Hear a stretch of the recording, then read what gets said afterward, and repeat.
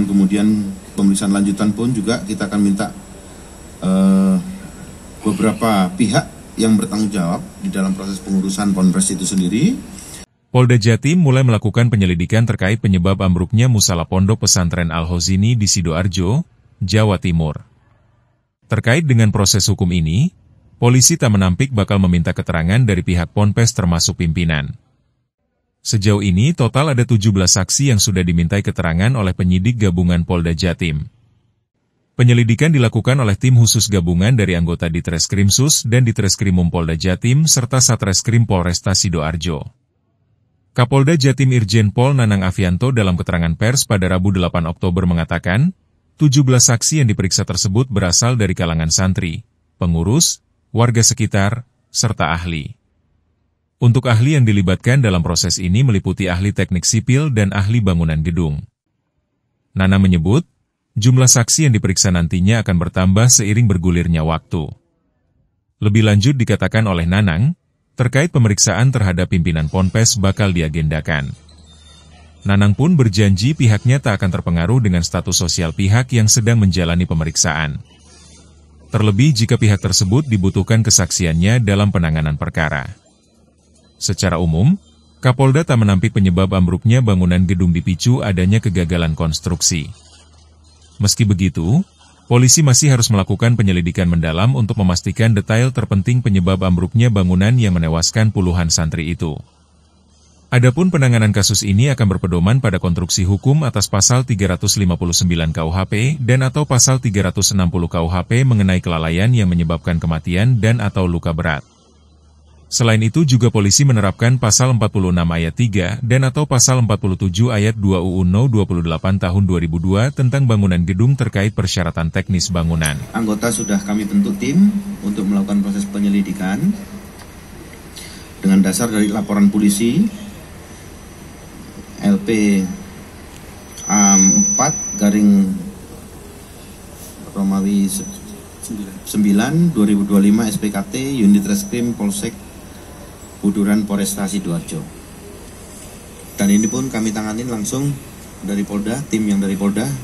Di situ juga digabungkan meskipun dari Polresta Sidoarjo diikutkan, tapi kami ambil alih. Jadi di sini kami libatkan tim dari Direktorat Reserse Kriminal Umum dan Krimsus untuk melakukan penanganan proses penyidikan ini.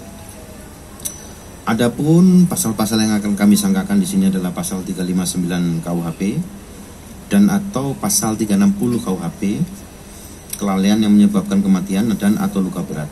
Kemudian kita juga menerapkan pasal 46 ayat 3 dan atau pasal 47 ayat 2 Undang-Undang Nomor 28 Tahun 2002 tentang bangunan gedung terkait dalam pemenuhan persyaratan teknis bangunan.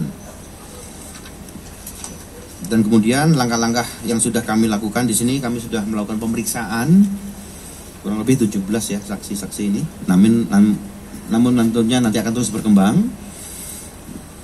Dan kemudian pemeriksaan lanjutan pun juga kita akan minta beberapa pihak yang bertanggung jawab di dalam proses pengurusan Ponpes itu sendiri. Dan kemudian pemerintahan keterangan ahli.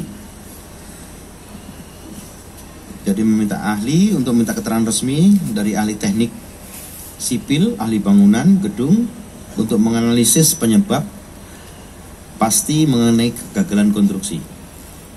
Begitu juga ahli hukum pidana yang memperkuat unsur-unsur pidana yang bersangkakan.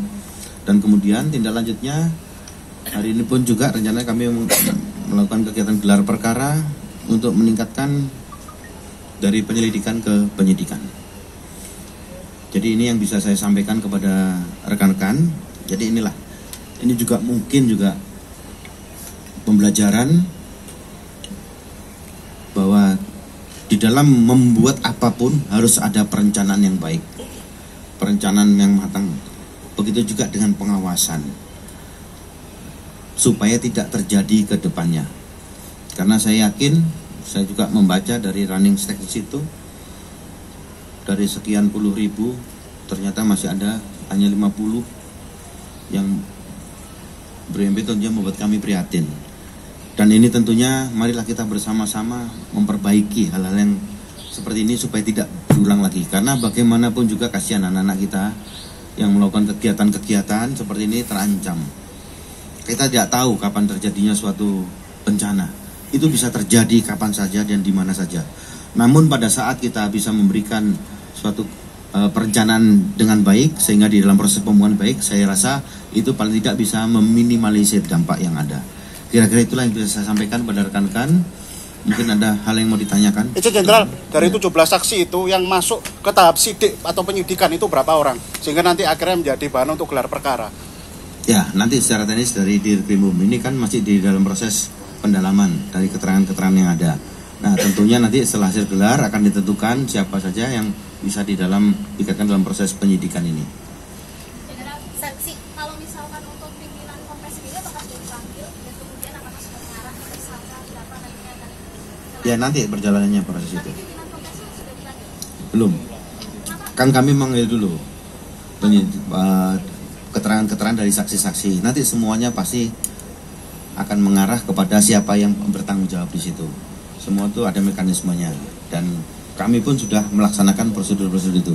Dan kemudian begitu juga di dalam progresnya nanti akan kami sampaikan kepada rekan-rekan supaya rekan-rekan bisa mengetahui secara pasti bahwa inilah progres yang akan kami lakukan di dalam proses penyelidikan yang dilalui dengan penyidikan mengenai kejadian ini, ya. Download Tribun X sekarang, menghadirkan lokal menjadi Indonesia.